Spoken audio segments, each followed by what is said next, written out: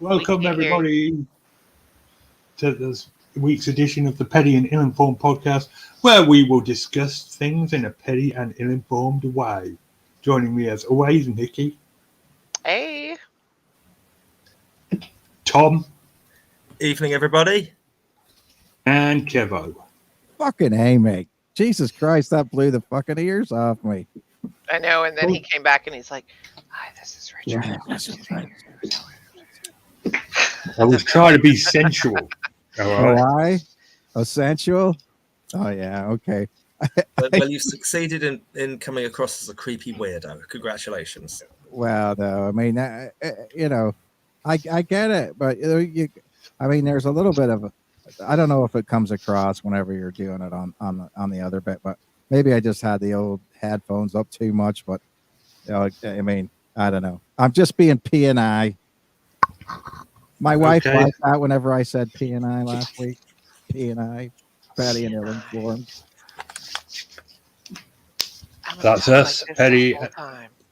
Okay. You ever introduce yourself and say, "I'm Richard Allen, the host of the show"? You don't really want to do that. Yeah, but you should. Since it's used to a while ago.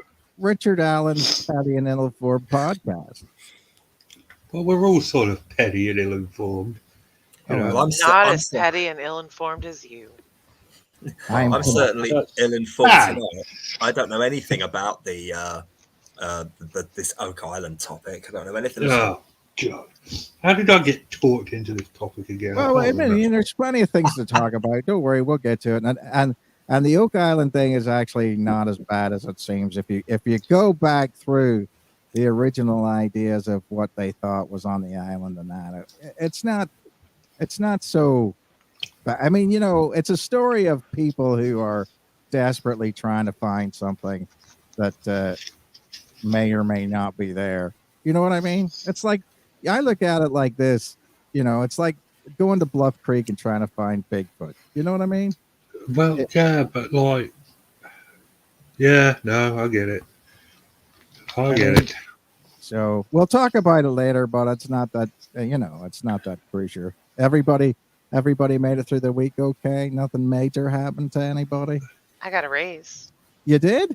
Yeah.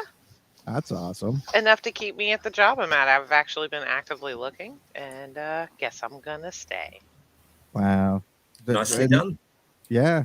Medical professionals right now are like rocking horse shit. Yeah. You can't get them. Well, and that's the thing, and so you can make a lot of money just by being a traveler, honestly. But I don't know. I feel like I'm being compensated fairly, which is awesome because I do a lot where I'm at. But at the same time, when I do get frustrated, when I was getting frustrated, I'd be like, they don't pay me enough for this. Screw this. No, I can't say that. I guess I just have to have a good attitude about everything. Well, that's always good to try. Right. It's like I tend to have a good attitude anyway at work, but sometimes I get really frustrated. Yeah, that's the thing I've noticed that people who there's two types of people. People who are never. It doesn't matter. It doesn't matter what it is. They're always going to have a good time. They look at life like, okay, I'm enjoying my life. They could have 101 things wrong with them. They're enjoying their lives. They're enjoying everything about it. And then there's other people who literally cannot be pleased. Right. And, like if you gave them $1 million, they'd bitch about the bag it came in. You know what I mean? Right. Yep. It's just totally. Yeah, I'm not one of those people. I tend to be a very happy person. Yeah. That being said, I am quick to anger. So, yeah, well, that's it. What are you coughing about? Well, you're a redhead. That means that you're gonna have a. Nothing. You just said you were a naturally happy person. I said I'm generally a happy person. Generally, I expected you to scream in pain as your nose grew out and smashed through the laptop screen. I do rant quite a lot, but listen, you tried it. You tried to censor. That's a difference. Your raison d'etre, Richard, is to piss her off. That's very true. It is 100% true. That is my reason to live. You're not wrong. And then, so therefore, at that point in time, it's a back and forth He man. hasn't been having to lately. To be fair, I've had a lot of crap going on, but for the most part, especially at work, I'm a very happy, positive person. Yeah. Well, that's it. And that's why I generally get overwhelmed and tired of people like throughout the week, because I just go in, I'm like, what's up, everyone? It's 6 o'clock in the morning. Woohoo! I've heard her. She's left the phone on when we've been talking in the mornings, and she'll be like whining to me the whole drive to work. And then she'll leave the phone on accidentally, and she'll work up to her work staff and be like, "What's up, guys? Happy morning, everyone. Let's do this. Woo!" And I'm like, "Oh." Hey, beautiful people. Yeah, but you know what I have to say about that? Sorry, Tom, I didn't mean to step on. No, you go first, Kev. Yeah, no, the reason, people who work in an operating room are there incredibly early in the morning. I don't know. I mean, it's like, whenever they say to me, well, they always get me in first because I'm a diabetic and they don't want me to mess around with my medicines, not having food and all that stuff. So they make sure I'm always one of the first, or couple of people in for the big long day, and because they get them in, they get them out. But it's always, whenever they say, okay, you need to be here at 5 o'clock in the morning, it's like, you know what I mean? Yeah. It's crazy early in the morning. And so, no, I think, kudos to you if you can even get up. I can't even function.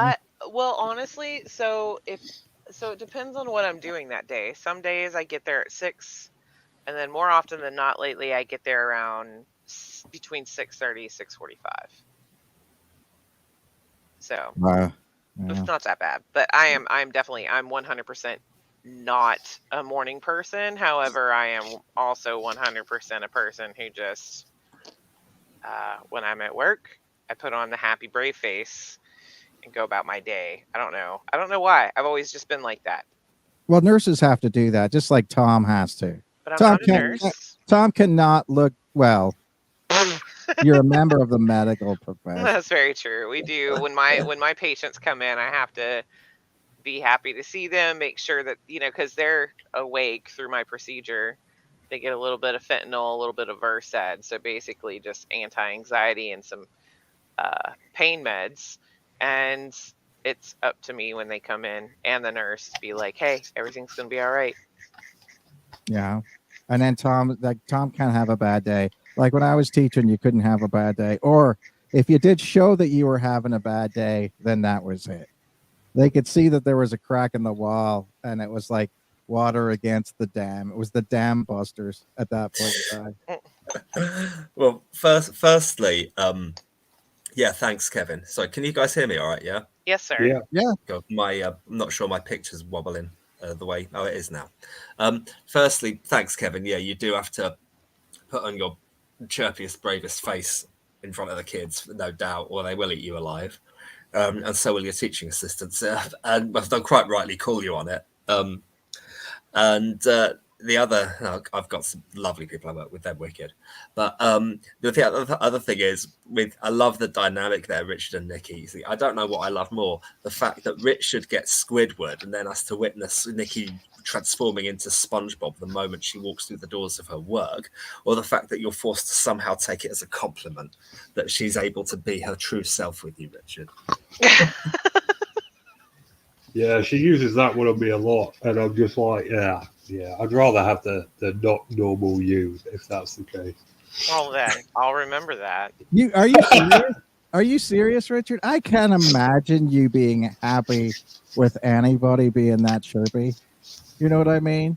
Like, I could just imagine. Back in the day, I used to work with this girl called Sally, and she was such a morning person. It was ridiculous. Like, we'd get there at 5 a.m. and she'd be bouncing everywhere. We'd be like, morning, oh my God, this dude lost smiled at me last night and I got his number and I'm so happy about that. And I can't wait to go out on a date with him. And this was like 5 o'clock in the morning. How I never killed that woman, I will never know. And that woman is me. But maybe she's like me, where when she gets home, she's just like, I can't anymore. Well, yeah, I mean, Can't do it. that's I'm it. And done. she was in the service industry then. I'm guessing she was probably a barmaid or something, or bartender or something. Is that what she did? Waitress or something? Richard? No, she was a bar manager. Oh, she was. Well, there you go. I mean, that's what I'm saying. You got, as you know from the show we're not allowed to talk about, well, it's set in central, East End of London. You have to put a very brave face on while you're coming out. You know, you Yeah. just have to pause and just put that face on, come out, and then that's it. Speaking of Can't get shows we're over. not allowed to talk about set in the East End of London, did you watch the show last week, Kevin? I did. Yeah, I did. Some looks crazy like- things going on in Albert Square. but we're not allowed to talk Naught about out of 10 for your guys' attempts at subtlety. No, we can only get away with it for like 1 or 2 minutes before Niki kicks off. So. Yeah. No, The I haven't pe- said anything. I'm The, just pen, I telling know. you. the penny's Biding going to her drop. time. The penny's going to drop. You've been conspicuously silent. Message received. What about you, Tom? What have you been up to this week? Well, I've been plowing through my work terribly slowly, and I'm horrendously behind. I've not work. I've been watching my way through Red Dwarf season 12, just finished. Some of that was a very pleasant surprise, especially the much touted by you last episode. That was great. I don't know if I mentioned last week that having read an article in The Guardian about Iron Maiden's 30 best songs. Did I mention that last week? No. No, well, I spared you then, but you're going to have to put up with it now. No. It'd be nice to hear what they think they are.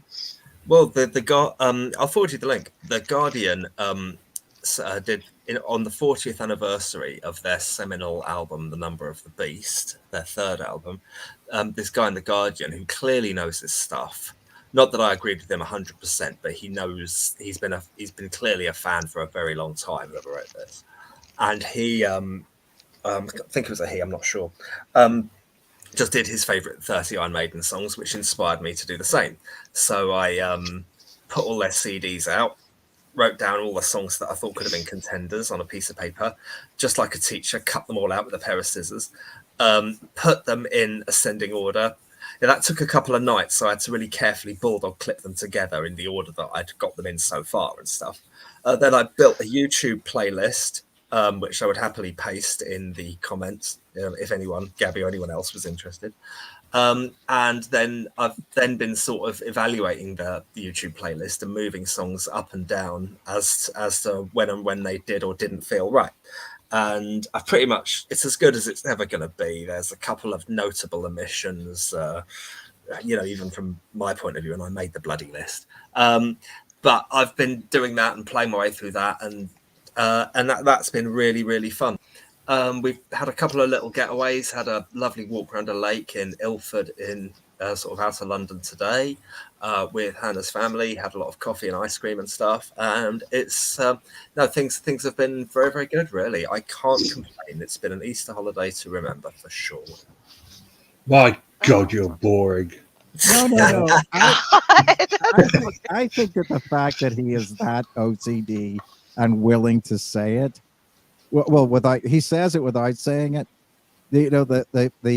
The putting it in different things he has to cut out and then rearranging it in certain areas, and then, I mean, that is really. He's a teacher, and you have to be like stupid organized to even do that job. Oh, I understand, love. I'm a like I said, I know, yeah, you I taught too. I'm not a very organized guy. Never have been completely. Well, that's not true. You know what I mean? Very disciplined in the way that I've had to be taught to do things. But I don't think that that's normally my nature. You know what I'm saying? Right. I don't think it's my nature to be that organized. It's just that, when you're in the army, if it doesn't move, paint it white and clean stuff and do that all. That's just one of those things. You just do. And then whenever you're a teacher, you have to do these different things like that to get away with things as well. But I mean, um, you know, part of the thing about it is that I do tend to try to go in by the seat of my pants on a lot of different things, and just try to try to just swing it, you know, Right. swing for the fences. But I don't know.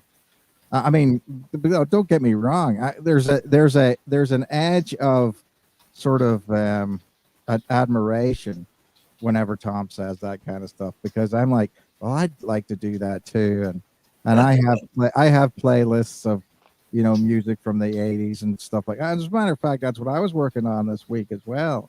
But I wasn't going to go to that length. I wasn't going to go to that length.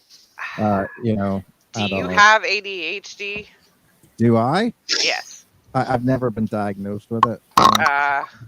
I do, and I can tell you that that's kind of normal. So we have a hard time paying attention until we're really interested in something, and then Right. we're 100% dedicated gung ho. Oh So yeah, like if I get into something, like everything is put into that. So I understand. I have entire playlists that I make for specific people in the surgery room, depending on who's with me that day. Like I actually sit down and spend hours making playlists just specifically for them and their enjoyment if they're going to be in my room. right. So I Well, get it. it's interesting that I had one date with a girl in high school who ended up working as a music reporter, and she works at the Experience Music Project in Seattle, which is like Paul Allen's big music experience Oh, thing. cool.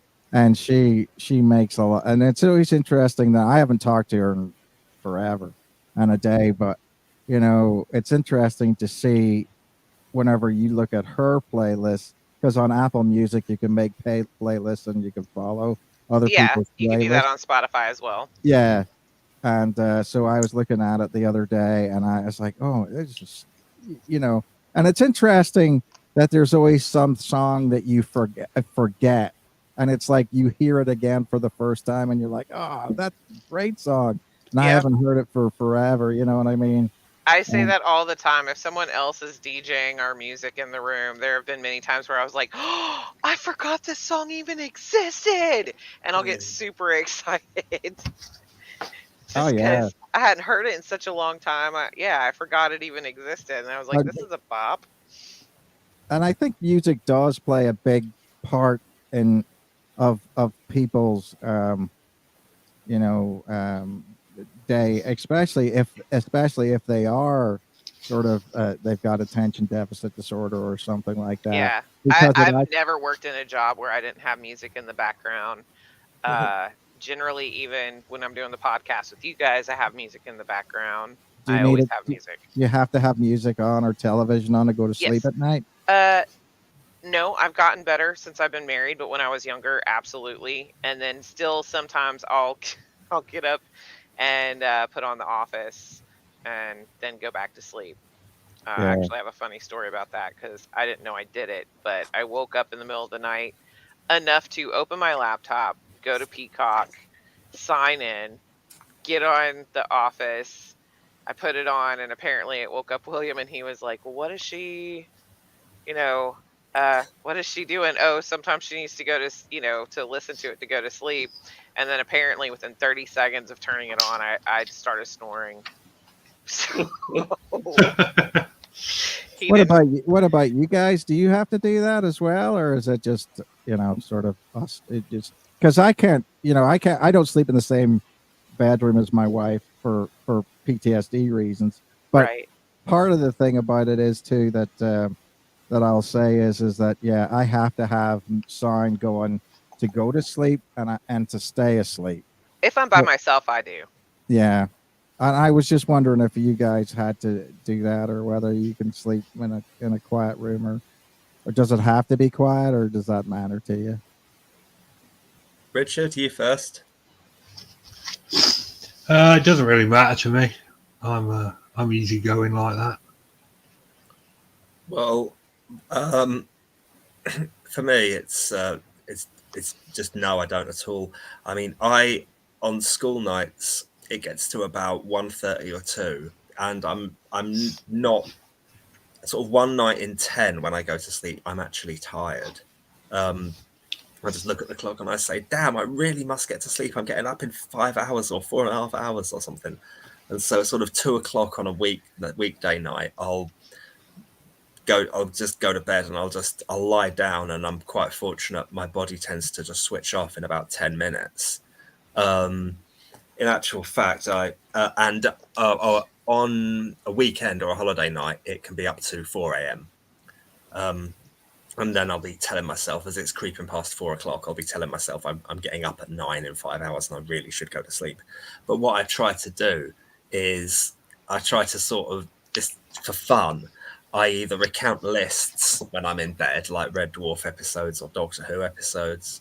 I can do 1963 through to about 2 seasons ago. I'm not so hot on Jodie Whittaker's last 2 seasons, but otherwise I can pretty much do every episode in order. Not in one go. I'll fall asleep long before then, but I'll sort of do that. Or like in Inside Out, I'll imagine little people in my brain shutting everything down, like they're shutting down a load of computers. And as I feel myself nodding, like starting to go, I'll imagine them going, shut down the cerebral cortex. Down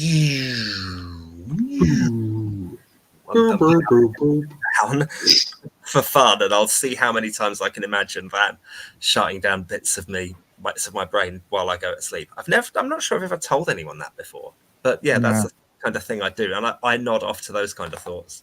I am constantly exhausted. You give me a flat surface and about 2.5 minutes, I'll be out. Yeah. Oh, I've actually slept on, like at hospitals, those little window sills that are only a few inches thick, like in the hospital room. I've slept on one of those. What, and fallen off and banged your head? No, I didn't fall off. I'm really good about having a very limited amount of space. So usually wherever I'm at, I stay there the entire night. Yeah. So your spatial acuity whenever you're sleeping is actually pretty. I've seen people do that as well, like sleeping over like the wheel of a like a tank or something. You know yeah, what I can mean? do that. Without rolling off or whatever. Mm-hmm. And no, but it's interesting because whenever I'm out in the woods camping, I don't have to have anything because nature makes its own, soundtrack. Right. And I guess that's kind of an interesting thing to me because whenever I'm out, out in the woods, I hear everything. You know what I mean? Yeah. Interestingly enough, so that's whenever a lot of weird stuff has happened. Out here anyway. I have rituals for literally everything, including going to bed. So. Mm-hmm. Yeah, I've got rituals for fishing and rowing as well. I've got little rituals for that, but not sleeping. Sleeping, I just lie down and wait to fall asleep. What's your rowing ritual? I spin the boat around anti-clockwise for luck. Is that true whenever you're with the rowing club as well, or do you just have to sort of forego that kind of thing? No, we do it as a team. Oh, yeah, that's interesting. It's supposed to be good luck when you're leaving port. I saw the other day. I think it was about a week and a half ago. There was 2 killer whales just off the coast of Antrim, put down not very far away from where you are, Richard, just directly across. Same. Yeah, they don't come down this far down, but they have been known to enter the Solway, but I don't think I'll ever see one this far down. Apparently, this place is lousy with porpoises, but you have to be in the right place at the right time to see one. They're not like dolphins; they don't like showing off. Yeah. Well, it's always interesting whenever people talk about orca being around Northern Ireland because people will just assume they're not there. They don't live there. No, they do. They do live there. They do live in the ocean. Irish ditty from the north of Ireland that they've recently found out was based on the songs of humpback whales. So you get humpback whales around Ireland as well. Yeah. Yeah, you used to get all that. I mean, I remember they had a huge basking shark that went, I think, to Donaghadee. I think it was either Donaghadee or sort of Portrush or something like that. It was, came into the enclosed harbor area and sort of Yeah, next to the thing. But basking sharks can be really really huge. They're not dangerous or anything like that because they just basically are as I say, plankton eaters or krill or yeah. something like that. They've just got those big ass mouths and they swim around sifting stuff out. They're like whales, but they're fish. Yeah, Mm. yeah. So I mean, yeah, when I was growing up, there was lots of things to be scared of. That was for sure. In the water. This doesn't are that dangerous in British waters. I mean, we get jellyfish, but shark wise, I mean, we've got a load of shark species, but nothing that's like threatening to us. I mean, makos maybe, but I don't think they come that close into the port. Every year you get some idiot saying, "Oh, there's a great white coming," and like, they just don't come into our waters. There's no reason why they wouldn't do, especially in the summer with the heat waves. There's a lot of food for them here, but they just don't come here. Well, maybe they will down the road. You never know. But if you look at the way that I suppose in folklore, the size of boats that people used to go, across the, like the Irish Sea in and across the sort of North Sea and were tiny little things. And then you're talking about, I mean, it's funny whenever you're looking at like shows like, programs like Vikings and all that, whenever you look at them, boats but those are 40 to 50-foot boats. I mean, those are the big ones. You know what I mean? Yeah, And, and from rowing it, if you're on open water, um, it's scary as hell. You know what I mean? Could you imagine being in the middle of the Irish Sea and some gale kicking up and you're exposed to the elements and you're sort of rowing because you've got like what 4 or 5 rowers in each boat or yeah. up more than that? We usually go across to Scotland most times.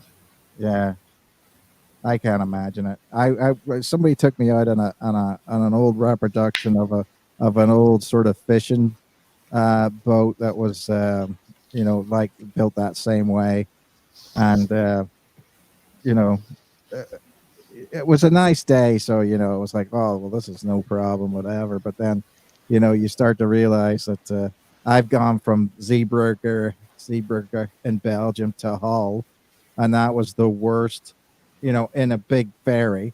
That was the worst time on water I've ever seen. I mean, that was huge where the things were where like the waves were breaking over the bow and the front of the whole ship was submerged and the water was just going on. It was horrifying.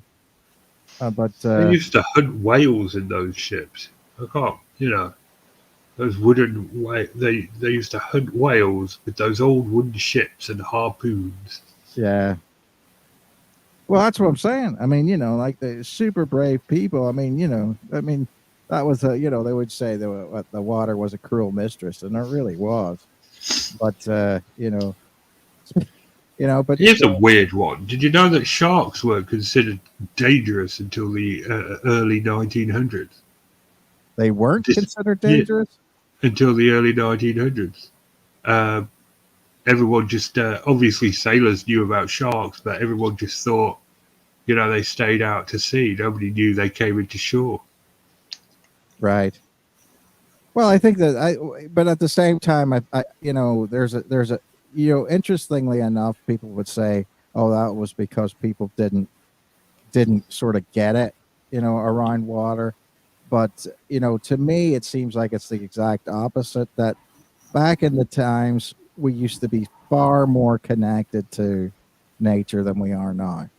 And so therefore, um, we sort of came into the whole element of understanding the environment. And then when we got to the Industrial Revolution, that's when we started to overcome, like, the whole reason for being and everything else was to overcome nature. Up until that point in time, the vast majority of people who lived in the country lived in nature or around nature. And city people, maybe they didn't ever go out to nature, so they wouldn't care. People in London wouldn't care about sharks. They're never going to leave London. You know what I mean?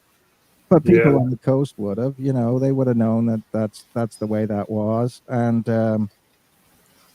I think part of the thing is that while people started to, and it's an interesting thing when you talk about railroads, they talk about the big transformation in sort of city people's lives whenever they used to be able to take the train out to sort of what are some of those places, Tom, that are around the coast there, like is it Margate or something like Yeah. that, that were big sort of towns with promenades, and you get away from the city and stay in the a hotel on the water, and that was like to build up your strength and all that stuff. So it's very interesting that those people then became in contact with nature, because then we were able to move. You know what I mean? It's always like the dangers that, I mean, you can see that today, the dangers that we can get into very, very quickly, Hmm. are massive. You know what I mean? Like, I could be in 24 hours, I could be in the middle of Australia. You know what I mean? With nobody around, I had no idea where to get water, what dangerous spiders was, what dangerous flora and fauna was, anything like that. And just in a totally different world. And so I think that's interesting that, it's far more dangerous, because we move. That's what I'm saying. Maybe it's probably not more dangerous, but it's just, you know, from that standpoint. But anyway. Yeah. Anyway, we best move on to the topic because it's been 30 minutes. Oak Island. Well, the thing island. From the sea to islands, smooth transition. Go on, Yeah, Kevin. good. Well, the thing about Oak Island is that, it was a famous place for a long, long time. The legend of Oak Island, is not very well told, to be honest with you. It starts back in the late 1700s, where people's imagination can really get brought into it. A lot of times people on the East Coast now, I think, they think, okay, well, there's no place on the East Coast that, hasn't had, somebody stepping on it and explore it. What's interesting around here on the West Coast is that's not true. There's still areas or pockets of nature that I think people haven't been to, but in islands and things like that, you've got to expect for people to, have sort of checked out the land and go to these different things. But for whatever reason, this place, Oak Island in Nova Scotia, was relatively left alone for a long period of time. Obviously, Newfoundland, which is close to Nova Scotia, just on the other, just out in the water from that, was Britain's or England's first overseas colony. And that was, that had been there for a long time. So they'd been there since the 1540s or something like that. Or was it? Yeah, right before the 1600s and that. But Oak Island wasn't actually explored, apparently, where anybody had any sort of real look at it until like 1780 something, and or 1790. And these three young chaps decided they were going to go out to this island and check it out and see what it was.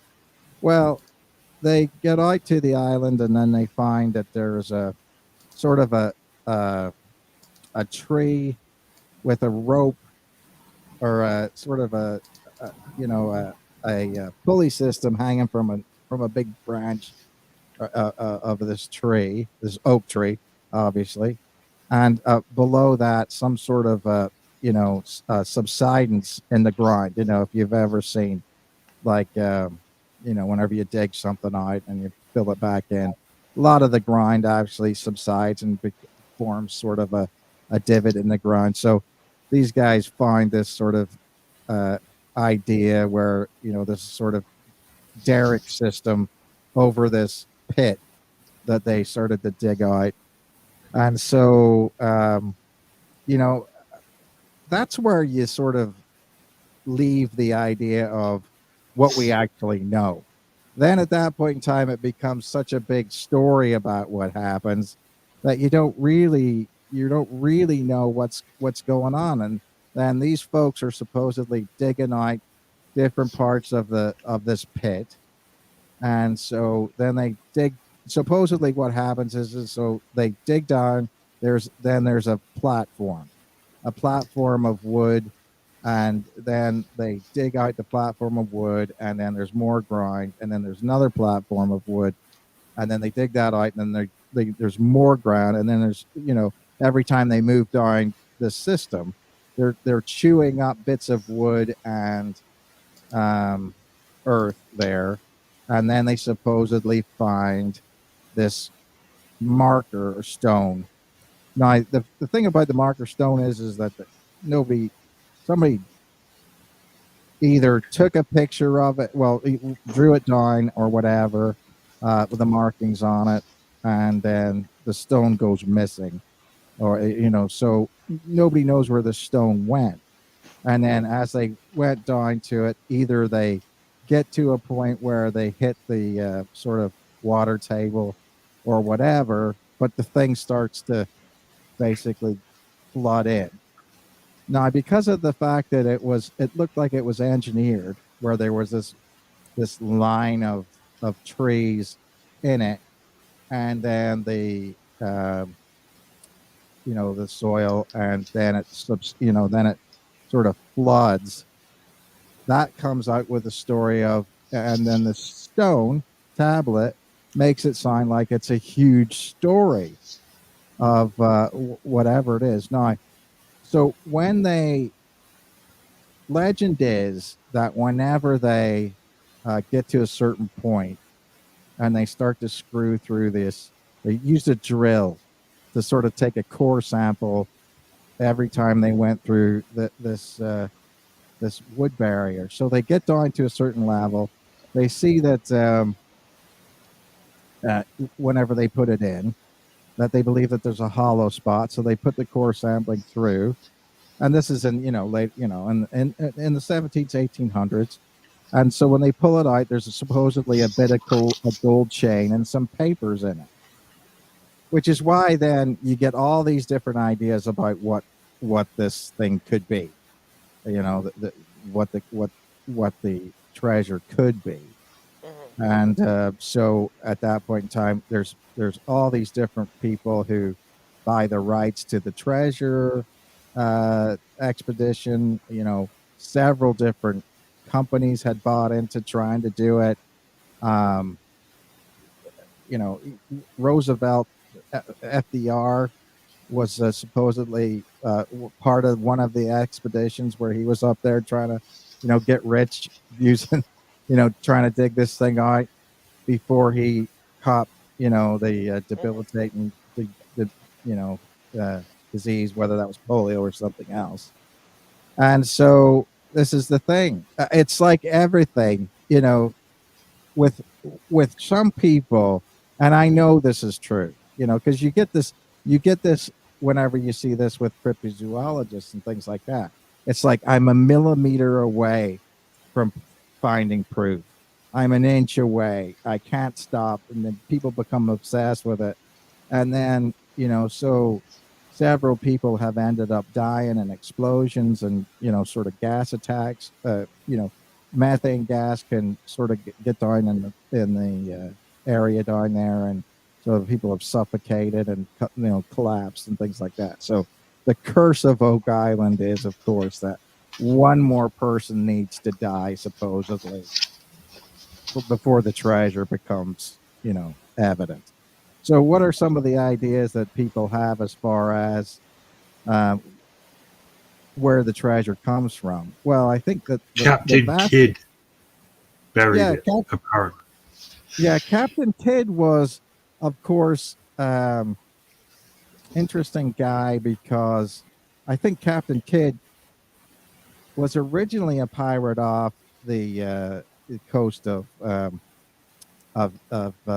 Eastern Africa, and so some of the major big treasure uh, finds were from the Indian Empire, the people who were there, and those different Chinese areas where they were going to those places, stealing it all, and then bringing it back here. And he was at least known for burying um, his treasure. Now, because everybody assumes that buried treasure is a big pirate thing, but it doesn't seem like it was. That nobody really did it, that Well, much. why would they do it in the first place? What's the logic behind burying your treasure and Well, leaving a map that anyone can find? well, that's it. I mean, and you would have had to have then trusted everybody in your group, and pirates were free to go and leave and everything like that as they were. Pirates actually had a pretty interesting sort of societal way of looking at things. Apparently, they had some sort of a constitution and some sort of a way of paying off people if in battle you lost an arm or an eye, you got a certain amount of money, a certain amount of payoff, disability, which was unheard of in any other thing. I mean, if you were in the Royal Navy and you got your arm cut off or your eye poked out, that was it. See you later. Have fun with the rest of your life. But apparently, at least with pirates, they tried to pay it off. Apparently, also, uh, and I'm sure that a lot of this has been, made more of than it was, but apparently racism was less in the fact that, you know, regardless of what race you were, you got paid the same amount, and those people served together on the ships and everything like that. And actually, um, some of the folks that were, African American, or well, they weren't African American, then they were African. But some of the times, if you got sort of these ex slaves on the side of a pirate ship, and a lot of people just gave up at that point in time because they thought, okay, well, if we fight these guys, they're going to tear us limb from limb. So they would surrender, and so that's part of the thing. But they weren't tied to a ship if they didn't have to. They could get off and join another crew or whatever. So I would imagine that you would not want to have um, a lot of people out there digging a big hole like this because that didn't know how to keep a secret. Yeah, I mean, like, that's the thing. People are like, oh, they did it to hide their treasure. I was like, from whom? Do you have any idea how much a big chest of gold would weigh? They wouldn't be able to do that by themselves. There'd be like 5 or 6 people, and then they'd all know where the treasure was buried. So, no, it doesn't make any logical sense. Sorry. Well, the way that they describe this big structure that would have to be used for this. In other words, they say that there's like a French drain system that comes from the other side of the island. That basically there's these drainage systems that went into this and would fill with seawater, and that's where that came from, and all these different things. So the engineering that you would have to use to do that would be massive, and the amount of people that you would also have to do that would also be massive. So this is where the idea of beyond Captain Kidd, that then the Knights Templar, they were the ones who buried the treasure. Then, of course, you've got the end of the Knights Templar, where the Knights Templar were arrested on Friday the 13th in the 1300s, where Jacques de Molay and the rest of the Knights Templar are arrested by the king and the Pope. And at that point in time, there's lots of reasons for that. Maybe some of them, are probably in the fact that the Knights Templar were like a multinational corporation. They sort of didn't pay taxes to anybody, had land all over the place, and then at one point in time was shuffling wealth all over the shop, lending money to uh, governments who were fighting different crusades and that. And so a lot of nations got in a lot of debt, especially France, to the Knights Templar. And the easiest way of getting rid of that was to then say, "Oh, those guys are heretics. Let's burn them." So that was the auspices behind these Knights Templar being arrested in France. Now, they had a treasure fleet or a fleet of ships that supposedly the treasure was put on, and this fleet was never found again. A lot of people say, "Oh, well, that's where they went to Scotland. Some of them went to Portugal or whatever." And that's where the idea of Roslin Chapel comes in, which is a sort of a idea of the recreation of Solomon's temple, and so in design, shape, and everything else. Well, so you go to Roslin Temple. I mean, this is the thing that pulls things together, right?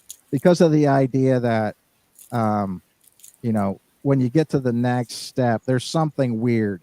So they get to Roslin Chapel. They say, okay, carved up on the bits of Roslin Chapel are ears of corn, and then they say, well, that can't be because this was built before we knew anything about the corn on the cob from America. So that was not indigenous to European places. There was no place it was. So they say, okay, well, the Knights Templar obviously had to go to America to know about these different things that they're carving on the wall. So this is where the idea of that they took the treasure from Scotland or Portugal and then took it to uh, Oak Island. Now, the other thing that they used to say that there's proof of that is that the Knights Templar used a white flag, a red cross on a white field with a Turkish crescent on. And if you look at the flag of the Mi'kmaq people that live in the islands, the maritime islands around there, their flag is exactly the same as that, except reverse. In other words, it's still a white flag with a red cross on it, but the crescent is just instead of on the right part of the upper flag, it's on the left part of the upper flag, or vice versa. Interestingly enough, then people say, well, that can't be a coincidence, you know. So therefore, they say, okay, the Knights Templar were there before anybody was, you know, you know, were knowing about it. So they say, okay, well, the Knights Templar knew that they were there. I mean, obviously, people. One of the things that's an interesting thing about it is obviously Vikings knew that North America were there, um, and so that wasn't a new story. Fishermen from Ireland and places like that knew that Iceland and Greenland was there, and sort of Ireland, and the North American place was there because they were fishing for cod and stuff off the coast of Canada in the 12s and 1300s and everything like that. This whole idea of you know Christopher Columbus is completely made up bull crap. But anyway, I won't go into it. But anyway, so they think, okay, well, of course they knew it was there, and so that's where they buried the treasure. And those people who were huge builders of things, um, and then supposedly what the Freemasons become out of the Knights Templar, because of the way that the Master Masons and places like that knew the idea of architecture and those different things. That's the only type of people that could build that. So that's another idea that people have, and so it's incredible in the fact that um, people are really, really sucked into this. Is very seductive. It's sort of the idea of the El Dorado. It's the English version of the El Dorado, the American version of El Dorado. El Dorado is supposed to be in South America. It's a city made of gold, and those different things. The things that Spanish people spent years and years and years and years looking for and could never find. And so this is the same kind of a thing. And people are still looking for El Dorado. There are people that genuinely believe that place exists. Right. And I think that that's one of the things that's funny about it is that when people are looking for things, I mean, let's look at the things that people still look for. They still look for the Knights Templar treasure. Some people say it's in Madagascar. Other people say it's on Oak Island, but it's on some island somewhere, and people still look for El Dorado. People still look for the lost city of Atlantis. I saw an article this week that basically said that Ireland, Scotland, and sort of the British Isles were basically part of, at one point in time, an area called Doggerland, and so that Doggerland was Atlantis. So therefore, you live on Atlantis. You see what I'm saying?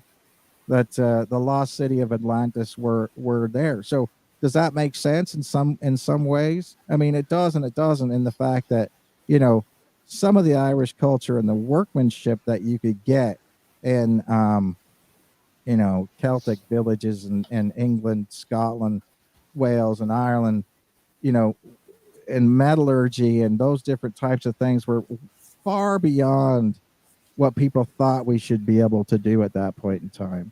And so therefore, one of the things that they say is that the 4-part circle of the Celtic cross basically describes, how to, smelt copper. Basically each part has a various different part of it. So that's how they remembered how to do it. The problem with that is, again, that the Celts were very, very, they didn't write anything down, and it was a verbally transmitted knowledge system. So that's gone. We'll never know. But it is interesting that we never, that we still find out stuff all the time. And a lot of the times we try to fit things to legends. You see what I'm saying? Now, do I think that Doggerland is Atlantis? Not necessarily, but it is interesting that people will reverse things into a story to make it work. It's kind of like whenever von Schliemann found Troy, supposedly, in Turkey. I mean, I don't think that anybody found something that said, this is Troy. You know what I mean? It was just it was a town that looked like it had several different battles around it. And so then at that point in time, they called it Troy, but there was nothing there that identified it as the lost city of Troy. But then they used it like that. You know what I mean? So it's always an interesting concept. And I think that that's one of the things that we as humans like to do. It's kind of what we will do, in my opinion, when we find a cryptid that sort of will pass as, Bigfoot or whatever. I'm very convinced that there will probably in Southeast Asia be some big chimp that comes out of the water, ape or whatever kind of a being that'll walk out of the jungle one day because nobody knows it's there. And that'll be the thing. And they'll say, oh, well, that's what Bigfoot is. You know what I mean? They'll name it. They'll make it work. And everybody will pretend that gives them vindication. for all the crap that they've said over the last 30 years. Vindication. They tried that with the Billy Ape. And I was like, yeah, technically it was a Bigfoot-esque creature, but it's not bipedal, is it? You're still not right. But no, the Billy Ape was their whole thing. Well, Well, I I mean, think it's people trying to make sense of the world. You know, I think it's a very human thing to try and spot connections and provide explanations. It's also a very human thing to have conspiracy theories. I mean, you know, we're rife in the digital age, which sort of, as some people might say, connects all the village idiots of the world together. But you know, conspiracy theories of such as you say, Atlantis, have gone back for decades or centuries even, and people love the idea of solving mysteries and bringing truth to legends, and so things like Oak Island will always have a fascination with some people. right. I agree with you, Tom, and I think that a lot of it has to do with the fact is we just don't want to really think about the fact about what really probably happened. Of course, the Knights Templar treasure is supposed to be the lost sort of gold and furniture that was in the the Solomon's Temple, and they, that was buried before the Romans destroyed Solomon's Temple in the 70 AD. And so, that's that. There's so much romance involved with it. So you take all these holy objects and you hide it, and then the Romans come in and take it. No, the Roman Caesar Tiberius, who was the one who took over Jerusalem and then said, burn it down, basically, destroy it all.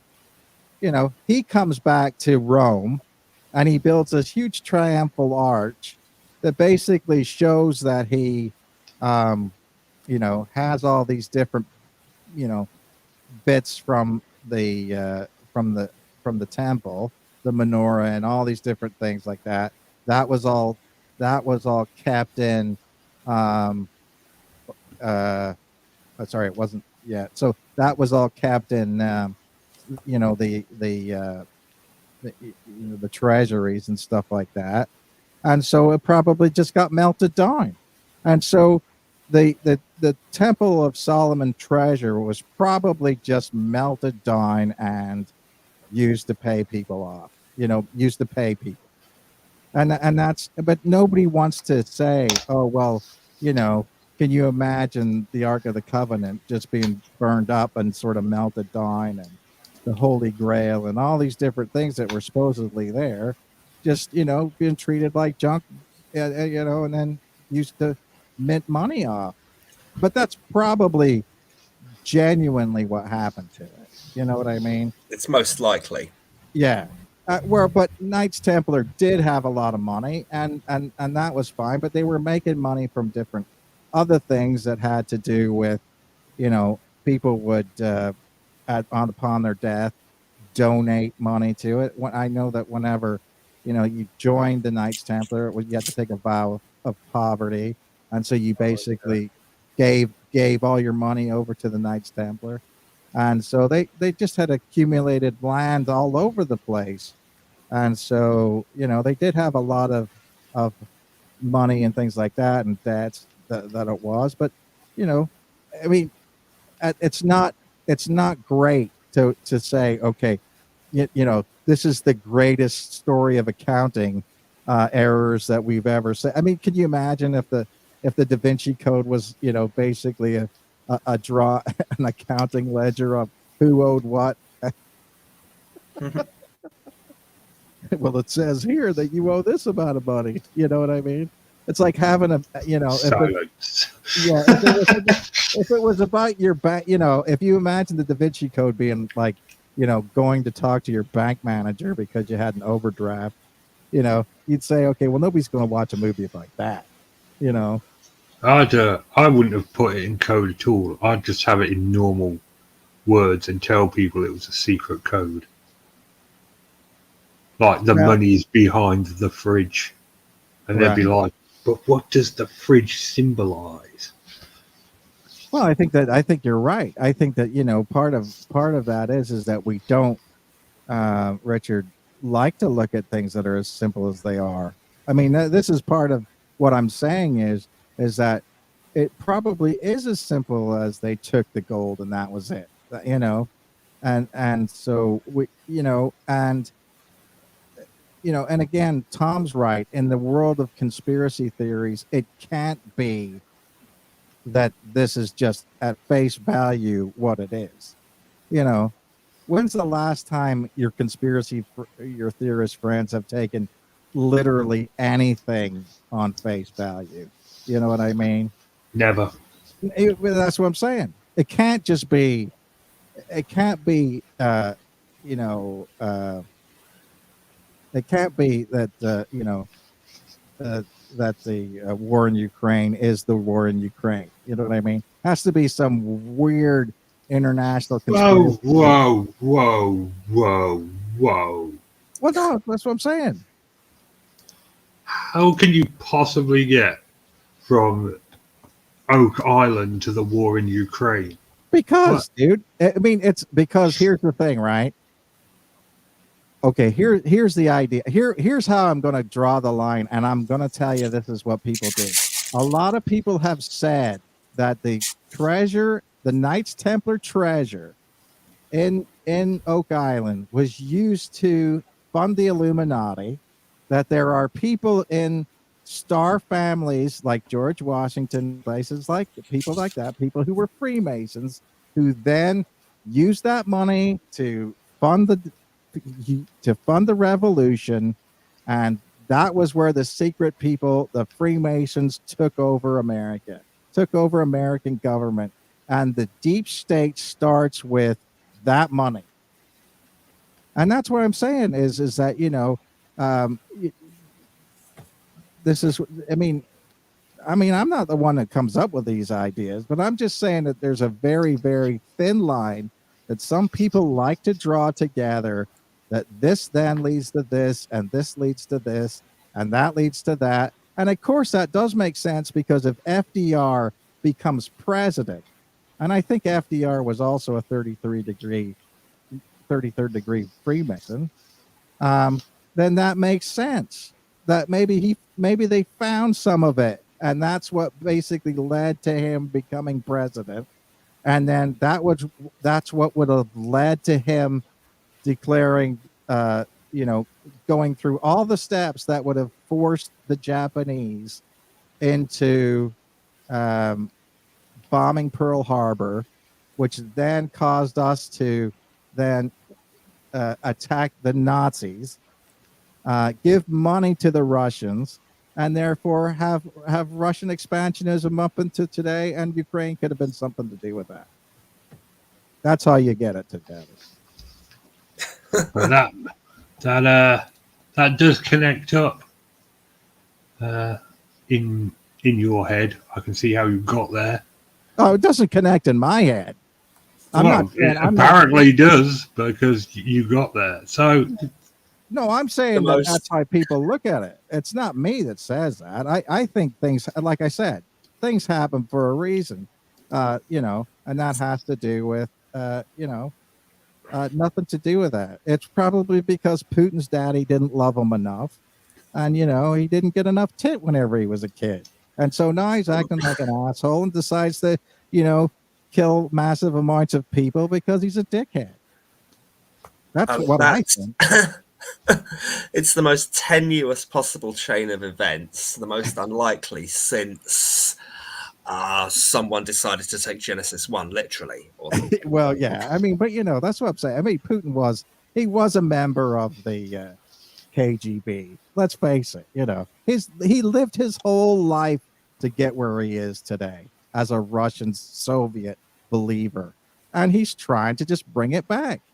But that's not what anybody wants to believe. It's like, okay, well, we're attacking these places because there's secret biolabs there, and this is this, and this is that, and this is not really happening, and the Ukrainians were asking for it, and all this other bullshit. But anyway, I mean, it's just pure expansionism. They were asking for it. I mean, did you see what they were wearing? all those years. Why did they put themselves in a position to be invaded in the first place? Well, that's what Right. I'm saying. Yeah. Well, I mean, if you really think about it, too, Britain, kind of created a lot of, it's not the first time we have been in the Crimea, trying to sort everything out. Charge of the Light Brigade was in the Crimea, Yeah. into the Valley of Death, Road to 600. You know what I mean? So it's not a very peaceful place, and so it's terrible, like I said. But like it's one of those things where, again, people can draw all kinds of inferences from different things. But as a person whose family member ancestor had fought in the Crimeas in the 1850s. Oh, wow. Yeah. It's not a great place to be. I'd rather see them not be there.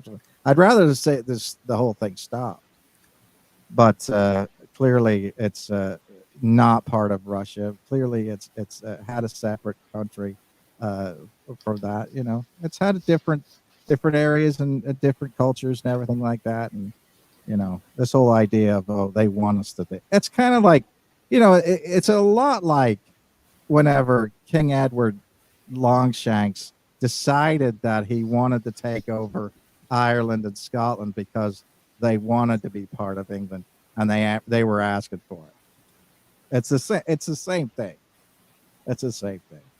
William Wallace would not have liked old Putin, in my opinion. He would have wanted freedom. There you go. And then I brought it back to that. Yeah, just like you keep bringing it back to Ukraine. I get that you're not a fan of it, but we're trying to talk about other things, Kevin. No, I'm just trying to bring. I'm not trying to be difficult, Richard. I'm not. It's just every day that I look at that, sometimes it's just terrible. It's awful. It's absolutely awful. But there's I know. literally nothing I can do about it. No, I'm not asking you to solve it. I'm not asking you to solve it. I'm just saying this is what people think, and and that's In this day and age with the internet and everything, how small the world is. People like Putin still think it's okay to fucking do shit like that to an entire country. It's just disgusting. Yeah, I agree. Staggering the loss of life on both sides. I mean, right. Speaking of conspiracy theories, I'm surprised there aren't already conspiracy theories about this massive great ship that's been sunk, because how a ship that big is supposed to sink when we have so little information on it, I do not know, because it's sort of like the Russians say they've lost this ship. Ukraine say they hit it with missiles. America believes Ukraine. Russia still says it had a fire in the ammunition room. I mean, it's how we know so little is bizarre. You'd think with all the satellite imagery, they'd have seen this ship sinking, and there would be no. They did. That's how they're coming to the conclusion that it was there. They have satellite imagery after it was supposedly hit. And the ship was hit. It started to list to the I'm not great at the port side, I believe, and so, or starboard side, and so it was being towed back to the thing, and it took on too much water and it sank. So that's basically it got hit by something, or it started on fire. Then the ineptitude of the sailors on the ship and whoever was trying to tow it in, that sunk it. I mean, and that's the thing, right? But everybody loves a little bit of propaganda on it. So, everybody's going to take credit for it. You know how that goes, It's like sort of like Dunkirk, you know what I mean? One of the biggest tragedies or failures of the British Army of all times, because they got trapped and that was it, and they basically had to retreat. And because the retreat didn't leave everybody there, we call it a victory. You know what I mean? That was just pure branding, and to try to change the outcome of something where people in London had gotten in boats and driven their boats to Dunkirk and were loading things. I mean, I'm not taking away from that. You know what I'm saying? Yeah. I'm not taking away from that, but we did lose a hell of a lot of men and material uh, in that thing, uh, because and it was, and a lot of times people say, okay, what was because Hitler basically said, stop trying to attack him. Well,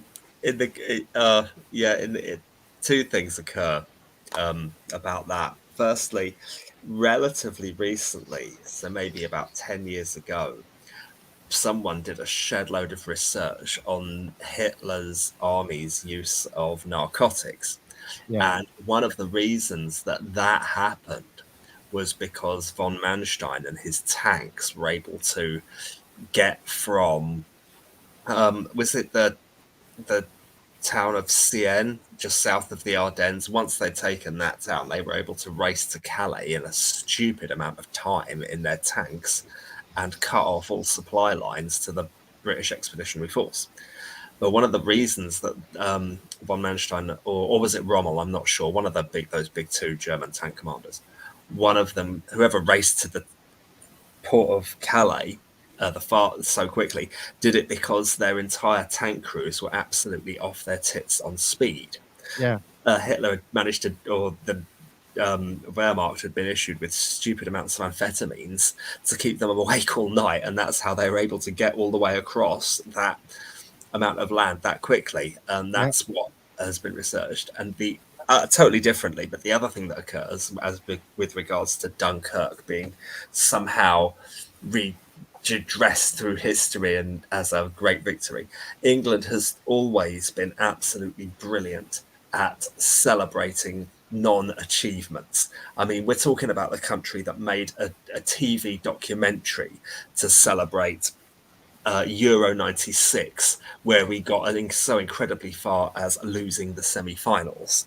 And that was billed worthy of a TV documentary with people like Alan Shearer talking about what a great campaign it was and things like that. There was, are you fucking kidding me? Well, on that one, you could blame the action of David Beckham's kicking out at the other opponent. No. You blame Gareth Southgate for missing a bloody penalty. It's what they're paid to do. David Beckham was probably still in nappies in 1990. Oh no, okay. I was thinking about okay. All I'm saying is that was a World Cup a few years later. I'm from Northern Ireland, mate. So basically, we just celebrate anytime you guys lose. So therefore, what am I thinking about? There was one campaign that was done because Beckham kicked out at another player. He got sent off, and there was no way of holding on at that point in time. So it was to Germany they lost, I think. But anyway, I can't remember.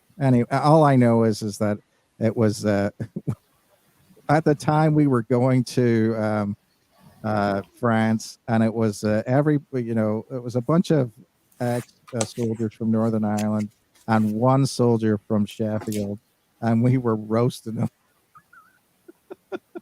We roasted him all the way from Northern Ireland down the length of Scotland, down the length of England to Dover, and then all the way to Paris. So, poor guy. He got away from us when he was on the Dover to Calais boat. But that's how that goes. But I mean, yeah, the methamphetamines were designed did come up. It was that chemical compound was designed by Japan, and it was sold on to German pharmacies, and it was marketed to people in the form of the name Pervitin. And you literally could buy this methamphetamine, and people were using it for anything back then. And so, yeah, you're right. They were blitzed on it. You know what I mean? They literally were off their nuts on meth.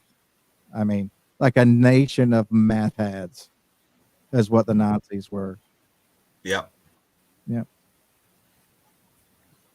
But we never talk about that. I mean, it would be interesting to talk about that, right? Because we always talk about, the fact that tweakers go around stealing stuff. Well, the Nazis weren't any better. Whenever they showed up in town, they stole all your crap too, especially after they killed you all. You know what I mean? They were known for doing that shit. Yeah, they were great thieves in that. You know what I mean? It's unfortunate, but the brutality of war basically comes down to a lot of these guys who are not well trained, off their tits on some kind of a drug, not disciplined, and then stealing the shit. I mean, look at that kind of stuff. I mean, we talk about the British Army and everything, but it is a profession. It's a small yet professional army. You don't get that type of shit. You know what I mean? You just don't. And so that's one thing that I think we as Brits should be proud of, and Americans too. I mean, Americans don't do that kind of stuff on that, but a lot of places do, and it's just terrible. But anyway, that's Oak Island in a nutshell. I'd be happy to see what happens if these two Lagina brothers ever find anything. But I sincerely, they won't. There's nothing there. It's a load of crap. The story you told a version of the story. Another version is a bunch of teenagers went out there and found it.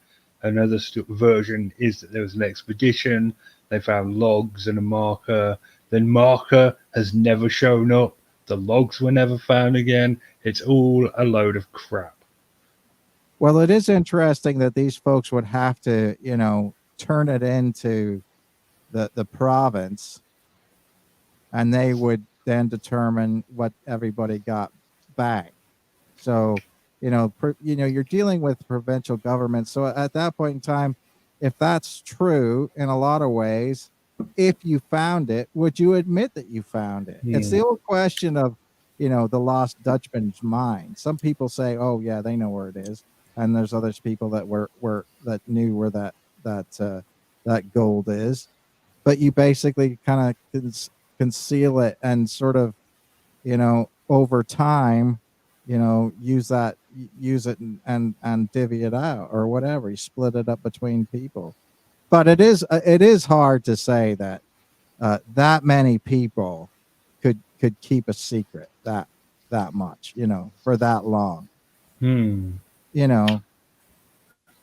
Which is, anyway, I think, the problem with a lot of conspiracy theories, that they think that, again, a lot of people will say, well, we didn't go to the moon. Well, you think that you could have that many NASA employees and everything like that would have had to have been in on it, and everybody just kept their mouth shut for that long, and nobody got drunk and just said, this is not what happened. You know what I mean? I don't know. But apparently we're going back to the moon by 2026, and we're going to send a person of color and a lady to the moon. So therefore, that would be, and a trans dog. Really? No, I just made that last bit up. Oh, okay. I'm just covering the demographics. Well, that'll wrap us up for this week. We will return next week, despite the hopes of many, where we're going to talk about the orang pendek. Because I want to talk about something that might actually exist. Okay. Yeah, the wild man of Indonesia. The Sumatran wild man. Yeah. Well, anyway, I'm sorry about taking up so much time, but it's like No, it was clearly something you wanted to talk about, so I just let you go. Well, no, I mean, I was told to research the topic, and I'm just saying you can't take something that's like 12,000 seasons on Discovery Channel and all these books and stuff like that and break it down into 5 minutes, and say I could easily. Bunch of people reckon there's treasure on Oak Island. Spoiler alert, there isn't. There, done. Yeah, but you could have done that last week. That's awesome. You're welcome. I do crap like that to him all the time. Well, no, I mean, like I said, I don't believe that. I don't believe that there's anything there. I would be nice if there was something there, but I don't believe it. Yeah, we never got around to the Leprechaun. Sorry, Gary. Yeah, well, yeah, aliens. They're aliens. That's what they are. They're little Alien gray, leprechauns. they're little gray aliens. They're not. They're not little men wearing green. They are the little green man. And if you actually think about how you have to translate it from Gaelic to English, that's the problem. They're not men, little men in a green suit. They're little green men. Just like every alien or little gray or whatever they call everything like that. Just like Roswell, they're little gray men, little green men. That's what they are. Fair enough. So, anyway, that wraps us up for this week. We will return next week. It's good night from me, and it's good night from them. Good night. Night, everyone. Cheers. Cute and suck.